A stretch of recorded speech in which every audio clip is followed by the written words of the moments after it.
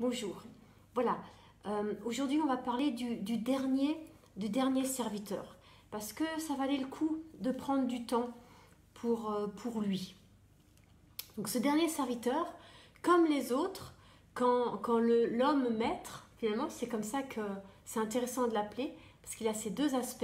À la fois c'est l'homme du début, mais c'est aussi le maître. Vous voyez cette dimension de la divinité de Jésus quelque part qui est comme là, comme présente là. Voilà.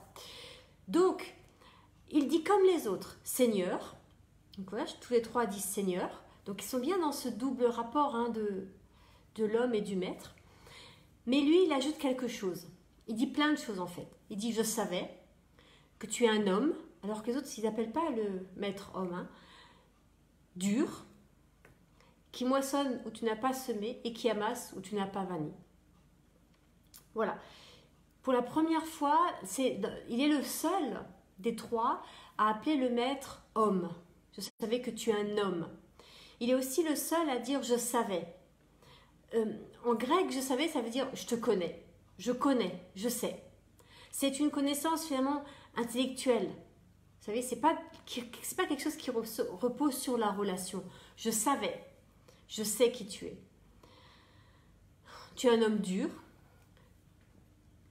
Et vous voyez, ce qui est interpellant dans cette phrase, c'est tous les tu, tous les pronoms personnels de la deuxième personne du singulier.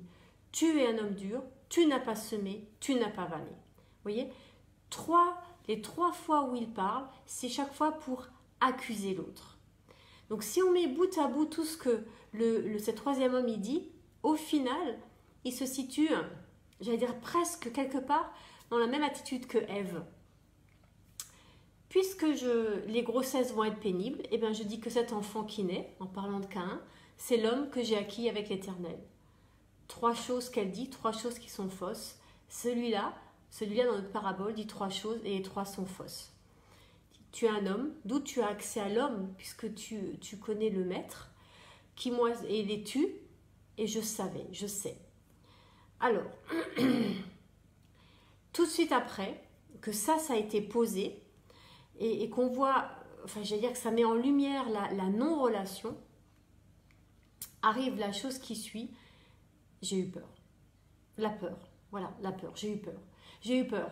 Et ce qui est intéressant, c'est quelque chose que j'ai découvert il n'y a pas très longtemps dans cette parabole, alors je vous le soumets, je vous le partage, c'est que si on y voit, si on y cherche Dieu au fond quelque part dans cette parabole, l'homme représenterait Dieu le Père, qui donne. Le maître représenterait Jésus, avec qui je suis sur cette même longueur d'onde, parce qu'il a été humain et parce qu'il connaît cette humanité-là. Le Saint-Esprit serait dans le va, dans l'envoi de l'homme. Les deux premiers relationnent avec le maître, avec Jésus finalement, qui les conduit au Père. Vous voyez, là on est dans quelque chose qui relève d'un ordre biblique. Lui, le troisième, il squeeze l'étape de la relation avec Jésus. Et il parle directement à l'homme qui représenterait Dieu, sans passer par Jésus. Et ça, c'est pas possible. Voilà. Ça, c'est tout ce que font les autres religions. Il n'y a pas Jésus, on essaie de relationner directement avec la divinité, et c'est pas possible. Parce que la Bible est claire, et je parle pas du christianisme ou quoi, je parle juste des textes bibliques. Quand on prend les textes bibliques et les textes des religions, la Bible est le seul texte biblique où il est posé qu'on ne peut pas atteindre la divinité, malgré tous les efforts qu'on fait, alors que le propos des autres religions est souvent de montrer que par nos efforts, on peut espérer atteindre un peu quelque chose. La Bible pose dès le départ que ce n'est pas possible. Par contre, elle ne nous laisse pas face à cette nouvelle qui est absolument déprimante, mortelle même. C'est-à-dire, vous n'avez aucun espoir, voilà, sans espoir. La Bible dit, vous ne pouvez pas accéder à la divinité, mais Dieu lui-même vient vers vous en Jésus-Christ. Et ça, c'est révolutionnaire. Il n'y a que la Bible qui dit ça. La Bible qui dit, mais en Jésus, tu peux tutoyer Dieu le Père. Mais c'est en Jésus. Parce que Jésus est celui qui va être finalement la bonne distance entre le Père et moi. Et qui va faire que je reste, en tant qu'humain, dans ce respect de la sainteté de Dieu. Voilà. C'est en Jésus que je peux m'approcher. Par le sang de Jésus, je peux appeler Dieu Père et par la révélation du Saint-Esprit. Le sang de Jésus ne suffit pas finalement. S'il n'y a pas la révélation du Saint-Esprit, la révélation du Saint-Esprit ne suffit pas finalement s'il n'y a pas le sang de Jésus. Vous voyez l'équilibre qu'il y a là? Voilà. Le sang de Jésus, il est là pour tout le monde, mais tant qu'on n'a pas la révélation du Saint-Esprit, il est juste là. C'est une potentialité, mais ce n'est pas quelque chose qui descend dans ma vie, dans nos vies. Et si ce sang de Jésus et cette présence de Jésus par le Saint-Esprit en moi ne descend pas, eh bien, qu'est-ce qui reste dans ma vie, dans mon cœur? La peur. La peur. J'ai eu peur. Je suis allée cacher ton talent. Et en fait, le mot cacher, le mot je suis allée, c'est pas le même mot qui est utilisé pour les deux premiers serviteurs, qui vont aussi. Là, on pourrait croire que c'est le même mot. Mais en grec, ce mot veut plus précisément dire je me suis éloignée. Qui est-ce qui s'éloigne de Dieu, comme ça, quelque part? Eh bien, c'est Caïn. Il s'éloigne. Alors que rien dans le texte ne dit que Dieu lui demande de s'éloigner. C'est pas dit. C'est lui qui fait. Vous voyez, c'est un peu la même attitude que Pierre et Paul. Et j'aime beaucoup cette comparaison entre Pierre et Paul. Parce que ça oblige à se poser la question. Lequel des deux a commis le plus grand péché? Eh bien, aucun. Pierre et Paul. Oh, pardon, je suis désolée. Pierre et Judas. Je parlais de Judas. Lequel des deux a commis la plus grande trahison à l'égard de Jésus? C'est la même. Pierre a renié 3 fois Jésus avant que le coq ne chante. Judas a vendu Jésus, a renié Jésus en le dénonçant aux prêtres. Vous voyez? Dans les mêmes cas, ils renient Jésus. Ils disent, mais on ne le connaissait pas. Et la différence, elle ne se situe pas dans le reniement. La différence, elle se situe dans le fait que, quelque part, Pierre, qui fait partie du cercle qu'on appelle le cercle des trois, Pierre, Jacques et Jean, ceux qui ont vu la transfiguration, au fond les plus intimes de Jésus. Voilà où elle se situe la différence. Elle se situe là, dans l'intimité du Maître, pas de l'homme. Si je suis intime avec le Maître, eh bien je vais passer cette épreuve. Et je vais pouvoir entendre qu'il me pardonne. Je ne vais pas réussir l'épreuve. Pierre ne réussit pas. Et Jésus le dit dès le départ. Il dit, quand tu seras revenu vers tes frères, encourage-les. Il lui dit, au fond, clairement, tu vas te planter. Mais reviens. Et c'est ça le message. On va se planter dans la vie. C'est pas grave. Reviens. On va tomber de vélo dans la vie. C'est pas grave. Remonte à vélo. Vous voyez, c'est ça l'idée. L'idée, elle est... Le texte ne dit pas que c'est grave. Il dit, c'est grave si on réessaye pas. Donc lui, il a peur et il s'éloigne.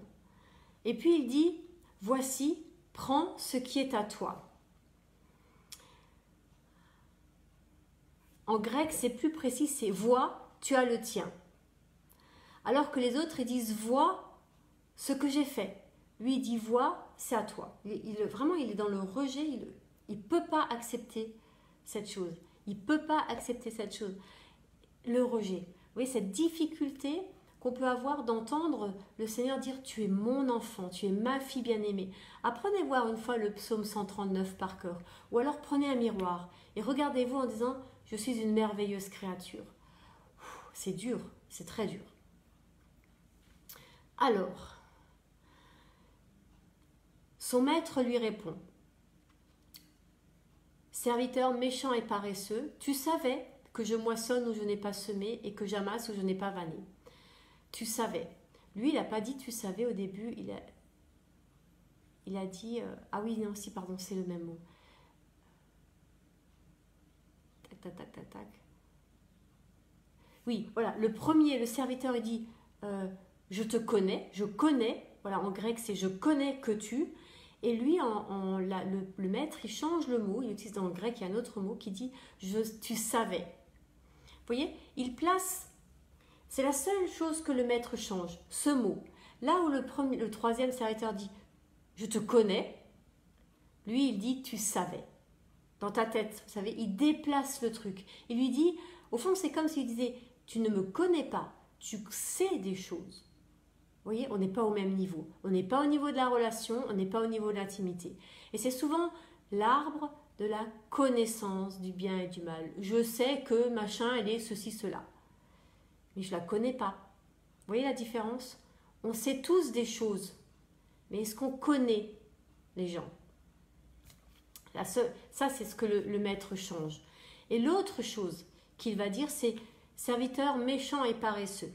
Alors ça, c'est compliqué, parce que si on n'a pas le grec, on est embêté. Pourquoi un jugement de valeur et pourquoi lui dire qu'il est méchant? Le grec ne dit pas méchant, il dit malheureux. Tu es malheureux. Tu n'es pas méchant. Vous voyez comme ça change l'histoire quand même. Hein. Tu es malheureux. Mauvais, c'est un deuxième sens de ce mot en grec. Ce serviteur, il est d'abord malheureux. Et puis la deuxième chose, paresseux, ça ne veut pas dire fainéant, ça veut dire tu es lent et indécis. Tu ne sais pas quoi faire. J'y vais pas, j'hésite, c'est de Dieu, c'est pas de Dieu. Vous voyez, toutes ces choses qui sont tellement difficiles. Moi, j'ai envie de dire que je le comprends. Hein. Et ça rend malheureux. Parce que tu sais pas. Tu es lent et tu es indécis. Et en fait, ces paroles-là sont pas dures. Parce qu'il n'y a pas de jugement dans ce que le maître il dit à ce moment-là. Mais simplement, il met en lumière ce qui est dans le cœur du serviteur quelque part. Parce que c'est à partir du moment où c'est visible, où c'est en lumière, qu'on peut commencer à le traiter, à se repentir, à changer de comportement et à avancer. Et là arrive enfin ce passage énigmatique entre tous. Il te fallait donc remettre mon argent au banquier, et à mon retour, j'aurais retiré ce qui est à moi avec un intérêt. Pourquoi dire ça? C'est pas logique du tout. Si on était dans une logique de rétribution, eh bien le maître aurait dû prendre au premier. Vous voyez les deux premiers quand ils montrent ce qu'ils ont gagné. Vous avez déjà pensé à ce qui se passe à ce moment-là? Les deux premiers arrivent et ils montrent ce qu'ils ont gagné. Ils ne le donnent pas et ils ne montrent pas la mise de départ. Ce qu'ils ont reçu au départ, c'est tellement à eux qu'ils ne le montrent même pas. Par contre, ils vont montrer le fruit de leur travail, mais ils ne donnent rien. Pourquoi le maître qui n'a rien réclamé de ses premiers serviteurs réclamerait-il quelque chose de celui-là, sachant pertinemment qu'il aurait beaucoup moins? Parce que qu'est-ce que c'est un talent? Alors, un talent, ça représente environ 30 000 euros, si c'est un talent en or, mais le texte ne le précise pas, et ça représente 2 500 euros si c'est un talent en argent. Voilà, dans tous les cas, que ce soit de l'or ou de l'argent, c'est une grosse somme. Et quand celui qui a reçu 5 talents, il a reçu 3, 6, 9, 12, 15, 150 000 euros. Voilà, je veux dire, on n'est pas dans des petites sommes. Mais c'est intéressant aussi parce que là, il y a un jeu sur la symbolique. Vous savez ce que j'ai dit hier sur 5, 2 et 1, que celui qui a eu 1 a eu le plus en termes de confiance, parce qu'il avait que le choix de réussir. Là, on est dans quelque chose d'autre, dans une autre dimension qui montre à quel point Dieu est généreux. Voilà, la générosité de Dieu. Cette générosité-là, elle ne tombe pas du ciel. Vous voyez, c'est pas... encore que Dieu, il peut le faire. Hein. Moi, j'ai entendu des histoires comme ça. Mais là, en l'occurrence, on la retrouve, cette générosité. Chez Job aussi, où tous ses voisins, à la fin, viennent le voir et lui donnent quelque chose. On la retrouve quand les Hébreux quittent l'Égypte, où les Égyptiens leur donnent des choses. Elle existe, cette générosité, où les gens, conduits, poussés par le Seigneur, vont donner quelque chose. Voilà. Dans cette parabole-là, le maître donne, et il donne largement. Et donc, quelqu'un qui donne comme ça, 150 000 euros, qui s'en va, donc 150 000 euros au premier, au deuxième, il donne 2, ça fait 60, enfin je vous laisse calculer. Vous imaginez ce qu'il a donné? Et là, il viendrait prendre les intérêts. Mais c'est quoi l'intérêt? C'est le cas de le dire. Il n'y a aucun intérêt à ça, c'est pas logique du tout. C'est pas logique du tout. Il faut... Moi, j'ai trouvé ça tellement illogique, je me suis dit, il y a autre chose là derrière cette histoire. Ça ne peut pas être ça. Ça ne peut pas être ça.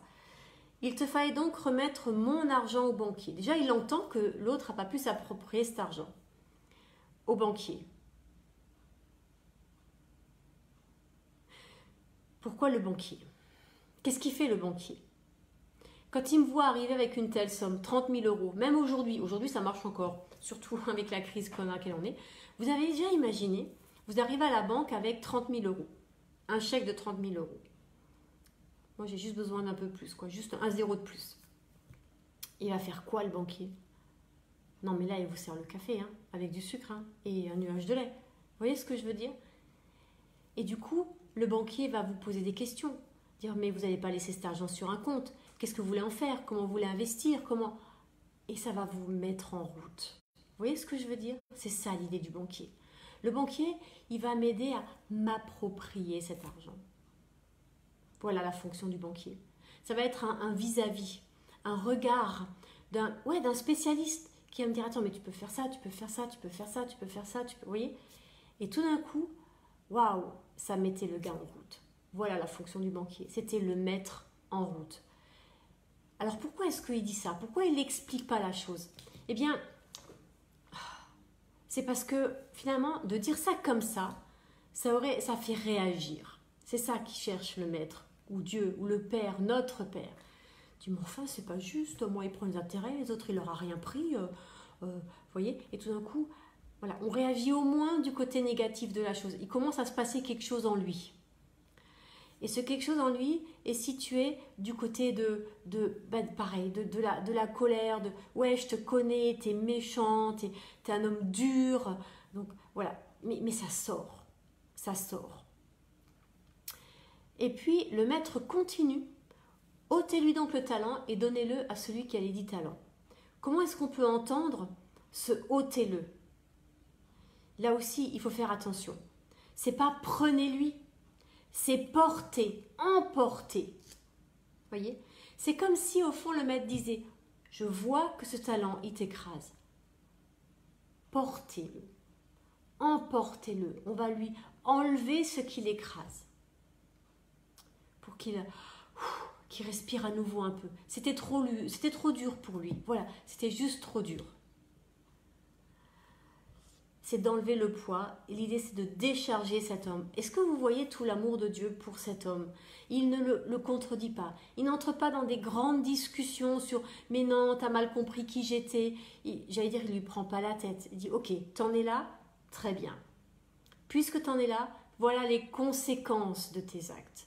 La conséquence première, c'est qu'on va t'enlever ce talent. La conséquence seconde, c'est que tu vas aller là où on pleure et où on grince des dents. Est-ce que Dieu, quelque part, on peut utiliser l'idée qu'il le maudit? Oui, je pense qu'on peut dire quelque chose qui ressemble à ça. Je vais vous dire pourquoi. Parce que c'est quelque chose que dira David dans le livre de Samuel. Vous savez, à la fin du livre de Samuel, David fait un recensement.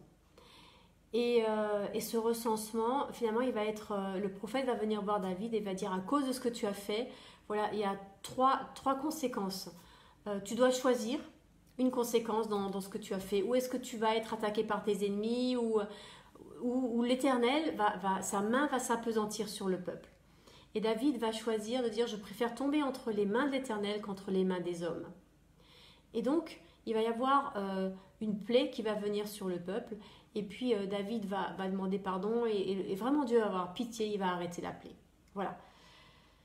C'est la même idée que Dieu maudit jusqu'à 3 ou 4 générations. Oui, c'est la même idée que Dieu a maudit Canaan. Vous vous rappelez, quand Noé sort de l'arche, il boit, il s'enivre, et Noé se rend compte que son fils, un de ses fils, Ram, l'a vu nu, l'a humilié. On verra ça un jour. Et Noé maudit son petit-fils Canaan. Qu'est-ce que fait Dieu? Eh bien, il envoie Abraham, où ça? En Canaan. Quoi faire? Racheter la malédiction. Quand David choisit de tomber entre les mains de l'Éternel, qu'est-ce que Dieu fait? Il fait grâce. Voilà pourquoi. Voilà pourquoi ce passage-là est important. Et voilà, si on le comprend de ce côté-là, eh bien, oui, Dieu, il va nous faire supporter les conséquences de nos actes, mais dans ça, il va nous accompagner. C'est ça, sa grâce. C'est ça, son amour. Il ne va pas nous laisser nous dépatouiller tout seul, j'allais dire, dans nos bêtises. Le serviteur inutile, bon à rien, celui qui n'a pas été bon dans le fait de recevoir le don, voyez, qui n'a pas, voilà, c'est pas qu'il est jugé inutile, c'est qu'il n'a pas été bon pour recevoir, il n'a pas été tov, il n'était pas situé du côté de la vie. Jetez-les dans les ténèbres du dehors, là où il y aura des pleurs et des grincements de dents. Sauf que le texte, en grec, il est plus intéressant, il dit dans la ténèbre, il n'y a qu'une ténèbre. Voilà. La ténèbre du dehors. Qu'est-ce qui va se passer dans la ténèbre du dehors? C'est qu'au fond, la ténèbre du dehors va faire écho à ses ténèbres, à sa peur. Là, il va être confronté, mis face à face avec sa peur. Et c'est dehors. Là où il y a des pleurs et des grincements de dents. Oui, voilà, les larmes sortent. Et puis, les dents, on serre les dents pour tenir le coup. Alors, qu'est-ce qui va se passer? Écoutez bien. Donc, on a 3 oppositions. On a dehors, le serviteur qui est dehors, par rapport aux 2 autres qui sont dedans la présence de Dieu. On a l'obscurité de ces ténèbres par rapport à la lumière qui est dans la joie du Maître. Et on a les pleurs et les grincements de dents opposés à la joie de la présence du Maître. Voilà. Et c'est ça qui va apparaître à ce serviteur. Il va voir qu'il est dehors alors qu'il pourrait être dedans, qui est dans l'obscurité alors qu'il pourrait être dans la lumière, qui est dans les pleurs et les grincements de dents alors qu'il pourrait être dans la joie. Il pourrait être, on peut changer cette phrase-là, alors qu'il est appelé à être. Alors ça donne, il est dehors alors qu'il est appelé à être dedans. Il est dans l'obscurité alors qu'il est appelé à la lumière. Et dans les pleurs et les grincements de dents alors qu'il est appelé à la joie. Et là, il peut changer. Lui, il n'a pas réussi à changer au travers du don, du talent, qui au fond était quelque part, entre guillemets, le chemin facile. Pas si facile que ça, parce qu'il faut oser le prendre, voyez, et oser aller faire quelque chose. Mais ça, il n'a pas réussi. Eh bien, et c'est là où le concept, finalement, l'idée de la malédiction est intéressante, parce que c'est que pour un temps, si le chemin facile, on n'y arrive pas, eh bien, il y a encore le chemin difficile pour y arriver. Et c'est ça la malédiction. C'est que, tant pis, ce sera un peu plus difficile, mais le but est toujours le même. Et c'est quoi le but? Manger à la table du roi et rencontrer Dieu. C'est là qu'on rencontre Dieu, il est là. Le Maître, c'est celui qui vient vers moi, qui me soutient, qui m'aide. L'Esprit, ce souffle qui m'envoie pour aller manger à la table du roi, que j'appelle Papa, Abba Père. Vous voyez, c'est un peu tout ça que j'avais à cœur de dire sur cette parabole, pour sortir de l'idée du fait que Dieu demande des comptes. Il ne demande pas des comptes. Par contre, il nous donne des talents, et ces talents sont des outils qui nous sont donnés pour nous réaliser. C'est pas le bon mot, parce que dans le coaching, on parle beaucoup de se réaliser, mais pour devenir qui on est, pour être transfiguré. Voilà, vous voyez cette idée-là, c'est que ces outils, ces dons, ces talents qui nous sont donnés sont là comme des outils pour me permettre d'être qui je suis appelée à être devant le Père. Et c'est beaucoup plus que de rendre compte de ces talents. Parce que quand je serai dans l'éternité devant Dieu, je ne vais pas lui rendre compte. Par contre, je vais lui raconter ma vie. Dire, mais tu sais, là, Seigneur, ça a été dur. Là, tu as mis la barre un peu haut quand même. Ah, là, j'ai cru que j'allais jamais y arriver. Vous voyez, de pouvoir faire ce conte, cette histoire, de raconter cette histoire. Seigneur, voilà qui je suis et voilà comment j'ai essayé d'avancer avec ce que tu m'as donné. Et il n'est pas question d'argent du tout. Et il n'est pas question de réussite. Il est question de relation. Mais de ne pas se tromper dans la relation. C'est Jésus qui me mène au Père. Et sans Jésus, je ne peux jamais accéder à Dieu. Et ça, c'est la grosse erreur du 3e. C'est de ne pas avoir construit une relation avec son Maître. L'erreur, c'est de ne pas connaître Jésus. Vous imaginez, moi, ma plus grande crainte, sincèrement, ma plus grande peur, c'est d'arriver au ciel et que Jésus me dise « mais je ne te connais pas ». Et ça me fait pleurer. Vous voyez, mais de toujours, depuis longtemps, dire « mais Seigneur, je veux pas que ça ». Voilà. Je crois que c'est ça qui est important dans notre cheminement, de le connaître, dans le sens de naître avec, et pas dans le sens de connaître comme le 3e, là il dit mais je savais, je te connais toi.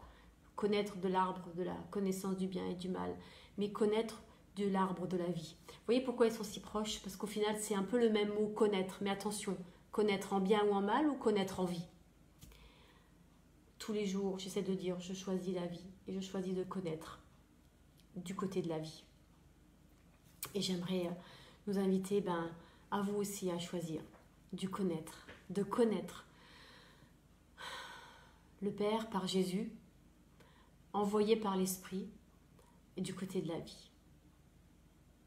Voilà. Soyez bénis et puis à bientôt. J'avais encore une petite chose à vous dire, mais je crois que je vais faire une vidéo juste derrière pour vous le dire. Voilà. Soyez bénis. À bientôt.